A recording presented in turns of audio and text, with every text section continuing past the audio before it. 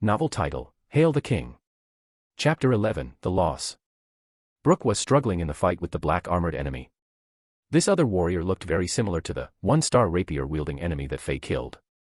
They both used the same fighting technique and weapon. The rapier was very fast when compared with Brooke's double-handed sword. I will finish him, you go ahead and direct the soldiers to wipe out the remaining enemies on the defense wall.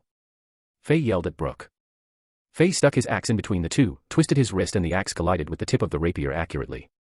The intervention from Faye forced the enemy to back off a bit and reevaluate his situation. Be careful, warrior, this bastard is tricky to handle. As the second commander of the king's guards, Brooke was one of the top few people that had authority and influence at Chambord Castle. But because of the heroic actions of this Iron Man, who had his face covered up by a helmet completely, he didn't hesitate to listen to his orders. That's weird, I swear that I saw this armor somewhere before, Brooke thought. However, there wasn't any time to waste, so Brooke turned away and started commanding the Chamordian soldiers. Faye on the other hand was ready to battle this enemy. You're the one who killed 20. This enemy looked very solemn. He was concentrating and the energy in his body was circulating faster and faster. He was ready to unleash it at will. He was nervous after previously seeing Faye's single strike that took out 20 as he was not any stronger than his comrade. He had to give it all he got to gain a slight chance of surviving under Faye's axe. I can't fight him with pure strength. This enemy came up with a plan in his mind. His rapier suddenly shot out. The attacks were more aggressive and faster than when he was fighting Brooke. Because he was thinner and smaller than Faye, as well as his weapon being lighter and sneakier, he was planning on using his faster movement and attack speed to tire Faye out and use a deadly strike when Faye shows a flaw in his defense. Faye had soon found out this enemy's strategy.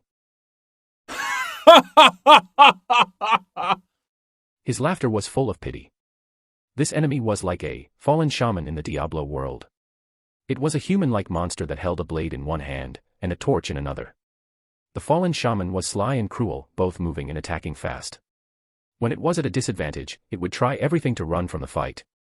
After Faye leveled up to level 5, his solution for monsters like these was simple, one strike and done. This strategy was no use against Faye. Any tricks and strategies were like potato chips in front of absolute power, they would be crushed easily. What was a barbarian? The god of close-range combat. Doesn't matter if it was strength or skill level on various weapons, barbarians will always be ranked number 1 in the Diablo world. If a barbarian would be defeated so easily by such a strategy, Faye would have died in the Diablo world thousands of times already. Again, only one strike from Faye had damaged the internal organs of this enemy, and he had to back off while puking blood. His rapier was shattered into pieces. Some pieces even plunged back into his body because of the power of the collision. Back. This enemy was terrified. He wasn't even close to defeating Faye. After that first contact, he knew right away that this man's axe techniques were even scarier than his strength. He had no chance in winning this fight. This enemy threw out a weird-looking hook. A string was attached to it so it could be used as a swing. After it landed on and was secured onto one of the battlements, he jumped down the defensive wall and tried to swing away from the battle and from Faye. Almost like a Spider-Man. However, if you already came, then stay. Faye was not going to give this enemy the chance to escape, he said as he kicked a double-handed sword on the ground. The sword traced the path of the enemy, fast as lightning. It pierced the enemy in the back mid-air and killed him instantly. The sword nailed his dead body to the ground under the defense wall. You're welcome, Faye said to the dead body savagely, as he was about to return to smashing all the remaining enemies.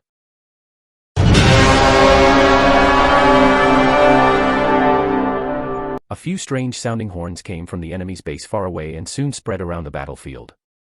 Enemies receded from the defensive wall around Chambord and returned to their base quickly, like a tide on the beach. The enemies retreated. The defenders of Chambord cheered in surprise as they saw what had happened. In comparison to the defenders, after seeing the retreat of their own soldiers, the remaining enemies knew that the commander had given up on them already and their morale sunk.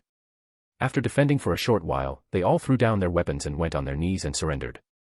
The soldiers of Chambord had quickly taken back control of the defense wall. But 200 yards away from the middle of the defense wall, the battle wasn't over. The first commander of the king's guards, a 3-star warrior Frank Lampard, was fighting to the death with an enemy swordsman named Landis. Both of their energies were clashing with each other. One red and one blue, the energies that leaked out of their battle had destroyed everything around them, including both the defenders and the attackers of Chambord, as well as the defense walls around them. No one could even come closer than within 10 yards of them. Fei had smashed a couple more enemies who were still resisting on the way to the battle. He squinted at Landis as he was calculating how he could help Lampard in this fight. The battles Fei engaged in had built his confidence. He was feeling invincible. However, Fei soon found out that this battle was way out of his expectation. After he got closer to this fight, he felt a huge pressure. The red and blue energies that were leaking out of the battle had left many shocking marks on the defense wall. Fei's instinct told him that he was in an extremely dangerous place. The experience from the numerous battles with the monsters in the Diablo world had trained Fei's brain. He immediately knew that he was no match to either Lampard or the enemy swordsman. They both were at least twice as strong as him. When Fei was thinking, someone in the battle had yelled. Master had commanded the retreat. I will let you guys live for one more night. After we conquer your castle, not a single one of you will survive. The Landis's energy started covering his body. It looked like he was covered in a huge burning flame. He forced away Lampard with a powerful strike and turned around, and chopped a few of the closest Chambord soldiers in half. Then he jumped off of the defense wall laughing out loud while the soldiers cried in pain. Fei couldn't take it anymore. Bastard! How dare you kill my soldiers to show off? He used the same tactics and kicked out a weapon on the ground. An iron spear flew towards Landis at a high speed, as if it was a huge arrow shot from a military crossbow. I will grant your wish. Swordsman Landis found out angrily that, other than the 3-star warrior Lampard, an ant like trash had dared to attack him. He roared with his body spinning in midair and stepped onto the shooting iron spear. He jumped back towards the defense wall using the momentum from the spear, like a fluttering eagle. Die. Exploding sunstrike. A stream of red energy, appearing as intense as erupting lava radiating deadly heat, was shot towards Fei. Be careful. Lampard warned Fei. He was planning to save this Iron Man, but the excessive fighting had triggered the indiscernible internal injury he had from 10 years ago and caused him to puke a ton of blood and immobilized him. Lampard was surprised by his condition, but there was nothing that he could do. Let's see how strong you really are. Although the enemy was twice as strong as Fei, but it had ignited his fighting spirit even more. The pride of a barbarian had affected Fei's personality subconsciously, and he wasn't going to back off. His huge double-handed axe turned into a cloud of black shadow in his hand, and smashed into the exploding sunstrike with a massive amount of force. The collision spilled red energy all around and damaged the defensive wall even more. Fei was forced back 30-40 steps by the energy until he had finally got a hold of himself. Blood had rushed out of his mouth and dyed the heavy armor to the color of the blood. Fei felt dizzy and his body started wobbling. The soldiers and defenders were shocked. This collision of power had determined who was the stronger one. The invincible metal warrior of Chambord had lost. Novel title, Hail the King. Chapter 12, It's Him. Although no one knew what kind of a face was under that helmet, this man definitely gained the trust and respect from the soldiers. After seeing Fei lost the fight, Brooke and a few other brave soldiers sprinted towards Fei, ready to sacrifice their own lives to protect this man, who single-handedly saved Chambord Castle from the enemy siege today. Swordsman Landis was a 3-star warrior as well, but he knew that he had an advantage. The opponent's terrifying dragon-like strength struck him during the collision. His right arm that held his sword felt numb, and he had a hard time breathing. Worst of all, the collision had sent him midair southwest. He had no place to step on to regain his momentum. But Landis didn't stop there. He flung his left wrist and a hook flew out. It was a similar hook that the previous enemy used. After it locked onto the battlement, he forcefully pulled the string and the momentum sent him back onto the defensive wall. Brooke and the other soldier who were trying to help couldn't move an inch closer towards the explosive energy and pressure. Landis' energy empowered his weapon again. With red flames on the sword, he pierced towards Fei. He decided to teach this trash a deadly lesson that he shouldn't mess with a 3-star warrior. The soldiers and defenders were terrified. Everyone thought that Fei was going to die for sure. However, Bastard, that's all you got. Fei slightly tilted his body, not trying to dodge at all. As if he was so scared that he forgot to move, the sword went through his shoulder easily. However, Fei immediately roared like a wounded lion. Barbarian's war cry. The mysterious power appeared again right after the roar. Landis was stunned. He felt really scared. He never felt this way before. It caused the energy in his body to freeze for a second. Behind the opponent's helmet, Landis saw eyes filled with craziness. These eyes represented death. Die. Dumbass. Fei concentrated his strength into this one punch and aimed at Landis' chest. Landis' mind wasn't clear because he was affected by Howl. Although he felt danger, he wasn't able to dodge this punch. The enormous force didn't give him any chance. He was punched back instantly and blood spurted out of his mouth. His body smashed onto the battlement and broke it. Both of them fell off of the defense wall. His sword was still stuck on Fei's shoulder. Although Landis had the energy of a 3-star warrior, after getting hit by this power punch, the damage to his body was enormous. His was filled with shock and disbelief as he was falling down. He struggled to fling out his hook, eventually being secured onto the defense wall. He pulled on it, canceling out the acceleration he was experiencing from falling down, and landed safely. Although he was injured, falling through the defense wall wasn't enough to kill him. He looked to the top of the defense wall, hesitated for a bit, then decided to temporarily retreat. He felt a call from the Grim Reaper when he was punched. Although that man's power was far lower than his, the craziness and the will for battle made him lose the courage to fight that man again. On the defense wall, the way that the soldiers looked at Fei, who still had the sword stuck on his shoulder, completely changed. Respect, unimaginable madness, worship. They looked at him as if he was a god of war. Even the 3-star warrior Lampard, who had finally recovered a little bit from the indiscernible injury, stared at Fei with respect and seriousness. After the series of attacks between Fei and Landis, only Lampard could clearly see what kind of a warrior this Iron Man was. At this point, the question on everyone's mind was, who is he? Who could he be? Everybody asked themselves, under the helmet dyed with the blood of the enemy, what kind of a face does he have? Fei raised his arm. Every tiny action of Fei was observed to the absolute smallest detail by the people of Chambord. He placed his left hand on the handle of Landis' sword, that was still stuck on his right shoulder. He bit his teeth and pulled it out. An arrow of blood shot out the metal armor. Some people couldn't resist and yelled as if they were the one who was pierced. Fei didn't shake or make any noise. He made it look painless and simple, which yet again stunned the numerous observers. Fei took a long breath after he pulled the sword out. The immediate pain made him dizzy for a while, but he held himself together really well, so no one could see it. After the pain and dizziness passed, he took off his helmet slowly. This scene was even slower in the eyes of the soldiers and defenders. It was like a slow-motion action film for them. It only took a second, but it seemed like a decade in the observers' eyes. Finally, the mystery was unveiled. They saw the face under that helmet. His black hair was dripping wet and was stuck onto his forehead, and his thick eyebrows and his shining smile had made his face even more handsome. He is. The soldiers on the defense wall had forgotten how to breathe and speak, as if they had just stared at Medusa. 3-star warrior Lampard was a very serious person, but now his mouth was wide open, not knowing what to say. The second commander of the King's Guards, Brooke, and the other few directors kept wiping their eyes. They couldn't believe that they saw. They all thought they were too tired and were seeing thing. It was King Alexander. Impossible. To tell the truth, before Fei took off his helmet, everyone was guessing who this warrior might be. But after considering everyone, even including the homeless and the beggars at Chambord, no one would expect to see the face of their king. The famous retard King Alexander. This was the man who was the absolute shame to Chambord for the past 3 years. It's him. But how could it be? It was deathly silent on the defense wall.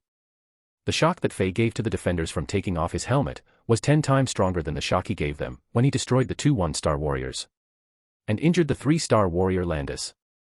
After 3-4 minutes of silence, someone finally accepted reality and yelled, "It's King Alex. Alexander. It's King Alexander." This yell had woken everyone up. Everyone finally believed what they had seen, and they were all red-faced and yelled in excitement. God. It really is King Alexander. It really is King Alexander. King Alexander saved us. Hail King Alexander. Novel title, Hail the King. Chapter 13, The Peace After the Storm. The soldiers went crazy. It was way too surprising. Just like pouring a cup of water into a pot of boiling oil, heat exploded everywhere. Every defender felt a burning sensation inside of them, like a fire wanting to burst open. All the excitement and glory of fighting beside the king came together and formed into one shout. Hail King Alexander. The sounds of the shout traveled far away, and even got the attention of the enemies in their base, located on the other side of the Zuli moat. Fei was shouting along with the soldiers. He was sure that he had impressed all of them. To make his return more epic, he waved his hand to quiet down the crowd. The soldiers quickly shut their mouths. They followed Fei's orders as if Fei was a god. Fei walked towards the center of the defensive wall. Staring at all the soldiers, he raised his trophy, the 3-star warrior Landis sword, and cheered, "Hail Shambord!" The bloody sword, the invincible hero, the remains of the enemies, the golden light from the sunset, and the godlike king. All of these things stimulated the soldiers even more. They raised their weapon and cheered. "Hail Shambord! Hail King Alexander! Hail!" While the soldiers were cheering, Fei suddenly turned around and pointed his sword at the enemy's base and yelled, "My warriors, cheer with me. Kill your dumbass enemy in the ass." The soldiers all laughed uncontrollably. They quickly realized that the king was not only worth of their respect, they could also relate to him, making them admire him even more. The soldiers rushed to the outer edge of the defensive wall and yelled at the enemy's base, "Kill your dumbass enemy in the ass. Bastards." The fear and sadness about the war had suddenly subsided. At this moment, "Alexander, how did you get here?" A surprised, yet worrisome and concerned voice came from Fei's back. Fei turned around. He saw Angela in a long purple dress. She was holding up the edges of her dress while rushing up the stairs of the defensive wall. The blonde-haired Emma was yelling and chasing behind her. She seemed a little mad. Fei threw away the sword that was still dripping blood, and turned his head around to wipe off the blood on his lips. After he felt that his appearance wouldn't scare the beautiful angel, he turned back and walked towards her. His walk turned into a sprint as he saw that Angela was about to fall from the stairs and he caught her just in time. The smooth sensation from touching her made Fei want to hug his beautiful fiancée really badly. "This place is too dangerous. You have to go back." Angela didn't see what had happened on the battlefield. There was sweat on her face, and her cheeks were completely red from running up the stairs. Tears built up in her eyes as she said that to Fei. 20 minutes ago, Angela returned to the palace bedroom with Emma after getting Emma's face treated. They were surprised to find out that Alexander had disappeared, and that there was a fully armored suit chopped into halves within the palace. They were really anxious and worried about Alexander and his whereabouts. Angela blamed herself over and over for leaving Alexander alone in the palace. They searched the entire palace, including the places Alexander loved to go to, but didn't find any clues. As they were getting desperate and about to cry, they heard a ton of soldiers yelling, "Hail King Alexander," on the defensive wall. Angela forgot about her own safety, and didn't listen to Emma's strong opposition, as she ran as fast as she could towards the battlefield. Fortunately, the battle had already ended for a while, and she spotted Alexander right away, fully clad in metal armor. "Are you injured?" Angela saw all the blood on Fei's armor.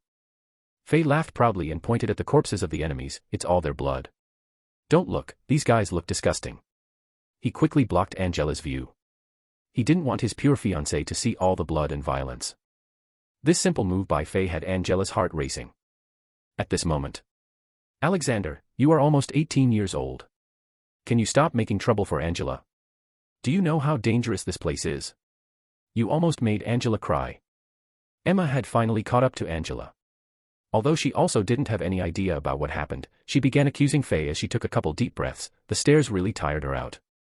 Back when Alexander was still a retard, Angela and Emma had treated him like a little brother, so when Emma got frustrated, she forgot about his status as a king and yelled at him like a big sister. However, Fei didn't get mad at all. He knew that they were just really worried about him, so he decided to tease Emma a little bit. He played dumb, and as if he was wronged, he said, "I didn't make any trouble. I am here to kill the enemies. Look, if you don't believe me, I am strong, and I even killed a lot of enemies." Emma became even angrier. "Who are you kidding? It was already embarrassing when you were knocked off of the defensive wall by an arrow the last time. Do you want to make more trouble this time? Kill the enemies. It would be great if you didn't mess up the defense for us. Let's go back. If you cause any more trouble, I'll let Angela slap your butt." "Slap my butt?" Fei's expression turned strange. When the old Alexander caused trouble, did Angela always slap his butt? Fei's thoughts were getting really inappropriate. "Okay, let's go back, Alexander. This place is too dangerous," said Angela. She held onto Fei's hand and began to walk in the direction of the king's palace. She thought to herself, "We have to leave this bloody place. I hope it won't traumatize poor Alexander." "No, Angela." Fei refused the caring intention of this beautiful girl. He fixed Angela's black hair, which had gotten messy from all the sprinting and stair climbing. Lowering his body to Angela's ear, he said, "Angela, do you remember? Earlier you told me that I have to be a brave king. Now, I will be here with my soldiers until we fight off the enemies. Although what Fei was saying was very honorable and moving, he was also trying his best to impress this girl. Heroes are what girls dream of, he thought to himself. That's enough. Alexander, you're causing trouble yet again. Emma didn't take Fei's words seriously. Her bright red face was fuming with anger, while her sapphire-like eyes were filled with frustration. Angela, Emma, let Alexander stay. The three-star warrior Lampard walked towards them. He patted Emma on the back to cool her down as he stared at Fei with a perplexed look. Lampard felt he couldn't get a hang of this little king anymore. He still hadn't digested all the shock that Alexander, who he had seen growing up and being laughed at by everyone, gave him today. What? Mr. Lampard, you. Both Angela and Emma didn't expect Lampard to say that, they were very surprised. Both of them knew that aside themselves in the Chambord castle, the only one who truly cared for Alexander was the three-star warrior Lampard, who had protected Alexander from when he was just a little kid. They couldn't believe that Lampard was allowing Alexander, who didn't have any defensive abilities, to stay on the dangerous defensive wall. Angela, Emma, take a look at the way the soldiers are looking at Alexander. Lampard pointed at the soldiers who were busy resting and setting up more defensive barriers. Looking at the elated Fei, he smiled and said, what Alexander said was true. If it wasn't for him who showed up just on time and saved the day, Chambord would already have been conquered. Angela, I have to agree. You were right when you said that Alexander would become the greatest king. All right, I'm a bit tired, I have to rest. He quickly turned around and left. However, no one noticed the thin stake of blood that was flowing out of his mouth. Novel title, Hail the King. Chapter 14, The Healing Facility. Now Angela and Emma noticed the abnormal surrounding atmosphere. The soldiers were looking at Alexander with complete respect. The king, who had previously been a laughing gag for everyone in Chambord, now seemed like a super idol that every soldier would sacrifice their own life for. This level of respect and worship from the soldiers was usually only directed toward Lampard. Hail King Alexander. Long live King Alexander. Fei felt great in front of Angela. He gave the surrounding soldiers a look that only brothers would understand. The soldiers laughed and were very cooperative, they all raised their arms and yelled, Hail King Alexander. Back then, every soldier felt that Alexander was a pile of shit compared to his fiancée Angela, who was a shining diamond. They felt sorry for Angela and believed that Alexander was not good enough for her. However, they now felt that, the pile of shit, Alexander was the only one in Chambord worthy of this diamond. To Angela and Emma, they never encountered such an atmosphere when Alexander was present. What happened? The two smart girls wouldn't wrap their heads around it. At this moment, My Majesty, Pierce almost didn't make it. Brooke, the second commander of the king's guards, rushed towards Fei. Although he knew that King Alexander was not a doctor nor even a priest from the church, he still had a tiny amount of hope in Fei, because of his amazing performance today. He hoped that Fei was still hiding some secrets under his sleeves. God, please. Give us one more miracle. Just one more miracle from King Alexander. Pierce. The white-haired man who had risked his life to destroy the two siege ladders appeared in Fei's mind. That man was a real warrior, no doubt about it, not just because of his strength, but also because of his mindset and willingness to sacrifice his life for something that he cherished. Brooke, take care of Angela and Emma for me, I will go and take a look. Fei tapped on Angela's hand and passionately told her to be careful. Then, he looked at Emma and raised his eyebrows to show off his new influence on the soldiers, including the commanders to her. Finally, a soldier led him towards the healing facility. Emma couldn't take Fei's teasing. She stared the Fei's back bitterly as he was rushing away. Then she turned around and said cutely, Uncle Brooke. What happened? Alexander seems like. That was the same question that Angela, who was blushing because of Fei's flirty behavior, wanted to know the answer to. Brooke smiled as he told them what had happened in the critical moment of the battle when Fei arrived. As the second commander of the king's guards, Brooke treated these two girls like his own daughters. In fact, almost every citizen at Chambord liked these two kind and mature girls. They all felt injustice towards Angela, the poor girl that was forced to marry this retarded king. But now, everyone who had witnessed or participated in the battle believed that only Alexander was the right fit for Angela. After listening to the entire story, Angela and Emma were shocked. Is our retarded Alexander really the hero of the story? Emma had her doubts. At Chambord Healing Facility. When Fei walked in, he was shocked. This place isn't the healing facility, is it? It looks like a pig pen. Fei thought to himself. A cold, moist, and moldy smell filled this seemingly abandoned place. There wasn't even a door to block the wind and the rain. The windows were blocked by rocks, dust and mud were everywhere. There was only some hay on the ground, while hundreds of heavily wounded soldiers were crying and groaning. 4 or 5 doctor personnel who were dressed in black and white robes walked between these soldiers. There was definitely a shortage of hands as these doctors were sprinting around, covered in sweat. "Your Majesty has arrived," yelled the soldier who led Fei. That had caught the attention of everyone in the facility, except those who were still in a coma or had fainted. The bravery and the power of King Alexander spread throughout the facility by the wounded soldiers, who were sent here after Fei had arrived on the battlefield. Many soldiers were imagining the exciting and manly battle scenes. Of course, some soldiers who didn't see Fei on the battlefield were a little skeptical. They wanted to see the king who turned from a retard into a hero in person. After seeing King Alexander arrive, the soldiers here were really pumped.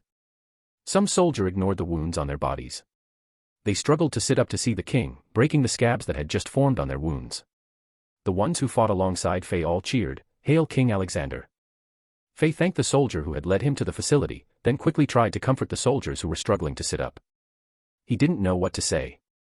This was definitely not the right place to display his royal status. After seeing many young, mature, and old faces, their startling wounds, the blood from their body soaking into the soil beneath them. Something triggered Fei's heart.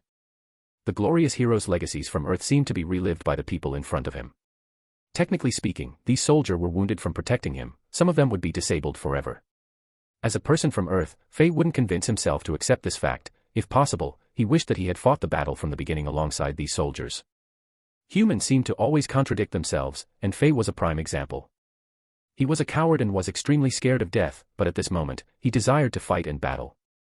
Maybe he was affected by the endless violence and bloodiness in the Diablo world, or it might have been his animal instincts being triggered by the enemy's pressure. "My warriors, you have protected Chambord and you deserve the glory we have won today." Although Fei considered himself a talker, he didn't really know what to say at this point. When he bowed to all the soldiers in the healing facility, that sentence suddenly came out. This world was similar to medieval European feudal societies, under strict classes and hierarchies. A king bowing to a lower-classed soldier was unheard of, not even a retarded king. Sometimes, human emotions were simple. Many soldiers were touched by Fei's bow. Some soldiers who were complaining and spiteful as a result of their new disabilities, felt that it was worth it at that moment. After Fei comforted a majority of the wounded soldiers, he arrived in front of Pierce. He had entered a coma. The enemy left some of his energy inside of Pierce's body, when his shoulder was pierced by the rapier. The energy damaged Pierce's body and shocked his internal organs. Blood was flowing out of the wounded area non-stop. A young doctor was scrambling on the side attempting to stop it, but it was not effective. Fei now had the chance to observe the doctor's treatment in close detail. He was really disappointed. The doctors at Chambord didn't have the magical healing spells Fei had imagined. They could only perform simple first aid, including cleaning wounded areas and applying healing medicine to it. The effectiveness of these treatments was very limited. The life and death of the wounded soldiers depended all on their own physical attributes and the severity of their wounds. If they were lucky, they could stay alive; if not, then they couldn't do anything but to die. Novel title: Hail the King. Chapter 15, The Cure. For the severely injured soldiers who had no chance of survival, there was a way for them to be euthanized by using a small, yet deadly hammer to nail a needle into the weak spot on the back of their head. They would be killed instantly without experiencing any pain.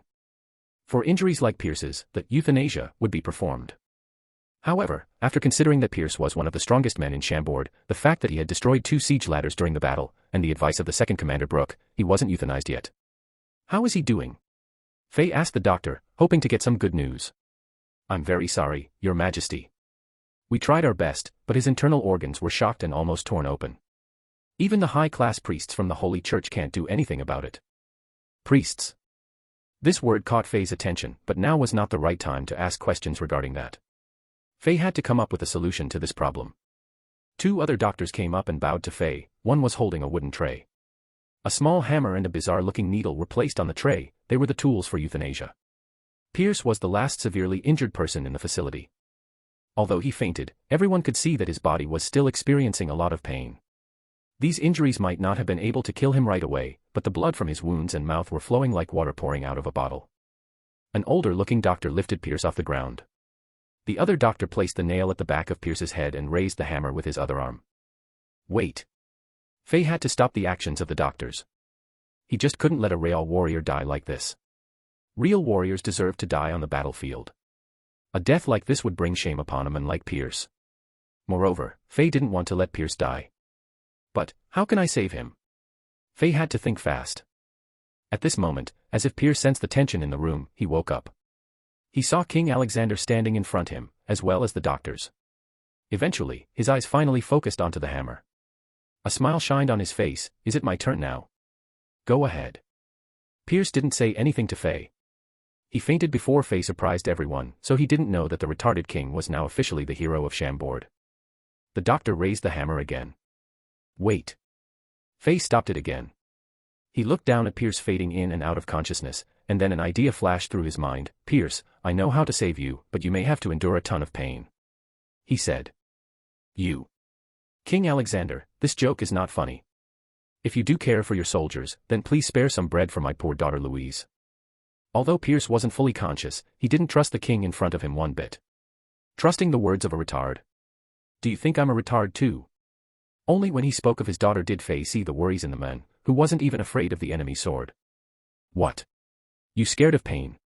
Faye lowered his body and scoffed at Pierce. He did it on purpose, it worked like a charm. Pierce easily fell for it. The tempered man was enraged. Like a lion whose mate had been taken, Pierce struggled to sit up, causing all his wounds to bleed once more. I'm scared of pain. Faye was scared. This man really had a strong sense of pride. Faye didn't want to irritate Pierce too much or he would literally die from bleeding. Endure it if you are not afraid of the pain. Do it for your daughter. He said that to Pierce before he left the healing facility. Just as he walked out of the facility, Brooke had arrived with Angela and Emma. Angela's and Emma's cheeks were really red. They stared at Faye when they saw him. They still couldn't believe what they had heard. Your Majesty, Pierce. Brooke asked with hope. There might be a way to save him. Faye wasn't too sure about his idea. I can only try my best. If I'm lucky, Pierce won't die. Great. Faye's answer was beyond Brooke's expectation. As a commander of the King's Guards, Brooke had seen a lot of death and injuries. He knew exactly how severe Pierce's injuries were. Death was almost guaranteed. He only asked the king due to desperation, but he didn't expect that the king to really have a cure. Oh Brooke, one more thing. Why is the healing facility so poor? Don't we have a better place for our warriors to stay in? Faye was very unsatisfied with this so-called healing facility. This question caught Brooke off guard. He wanted to say something, but he stopped himself. Emma took deep breaths behind Brooke. She wasn't used to all the sprinting. After hearing Faye's question, she didn't hold back at all. She said sarcastically, isn't this all you're doing? If it wasn't for your Majesty listening to that Gil's words, and selling all the valuable items in the healing facilities to have some fun, expelling all the doctors and even taking off all the windows, the healing facility wouldn't be looking like this. Faye didn't know what to say. I really was a retard and a dumbass back then. He thought to himself. Are there any other larger places that are more suitable for keeping all the wounded soldiers? Faye asked Brooke without saying anything back to Emma. The church at Chambord, as well as the head minister Barzil's mansion are suitable, but Brooke hesitated as he continued speaking. But what? Faye was curious. Brooke didn't know how to respond to the question. The two places that Uncle Brooke mentioned do have enough space for these soldiers, but Alexander, you can't move them there. Angela, who was previously quiet, explained patiently. The priests left Chambord Castle and the church was locked down. We don't have the authority to use it, or we will be heavily punished by the Holy Church. There aren't any empires on this Azeroth continent that dare go against the Holy Church's rules and orders. Head Minister Barzil's mansion is not very convenient right now. The explanation was pretty vague. Faye still didn't fully understand everything. Although he had inherited Alexander's previous memories, his understanding of this world was still minimal. He saw that Angela was very serious and wanted to tease her a bit. Is the Holy Church that powerful? Even a king can't order them. Blonde-haired Emma began to object. Faye again. When the priests in the castle were leaving, even the enemies that surrounded our castle didn't dare stop them. They had to let them out respectfully. What do you think about the Holy Church's power now? Even the most powerful level 9 empires don't dare to go against the Holy Church so blatantly. Faye laughed nervously and didn't stress on that question anymore. His knowledge regarding the continent was just too little. If he continued asking stupid questions, the others might have gotten suspicious of him. He quickly shifted the attention of the three people away from that subject. All right then, are there any other places aside from the church and head minister Barzil's mansion? Brooke shook his head. Angela and Emma did the same. They didn't have any good ideas either. After seeing this, Faye rubbed his chin. He was considering Barzil's mansion. Barzil's son Gil had tried to kill me. If he was like that, his father probably isn't someone bright as well. Which place? Faye, Angela, and Brooke were all surprised. Forcing these kinds of people to share their property, by using his authority as the king would not cause Faye to feel any guilt. At this moment. I know another place. Emma yelled suddenly.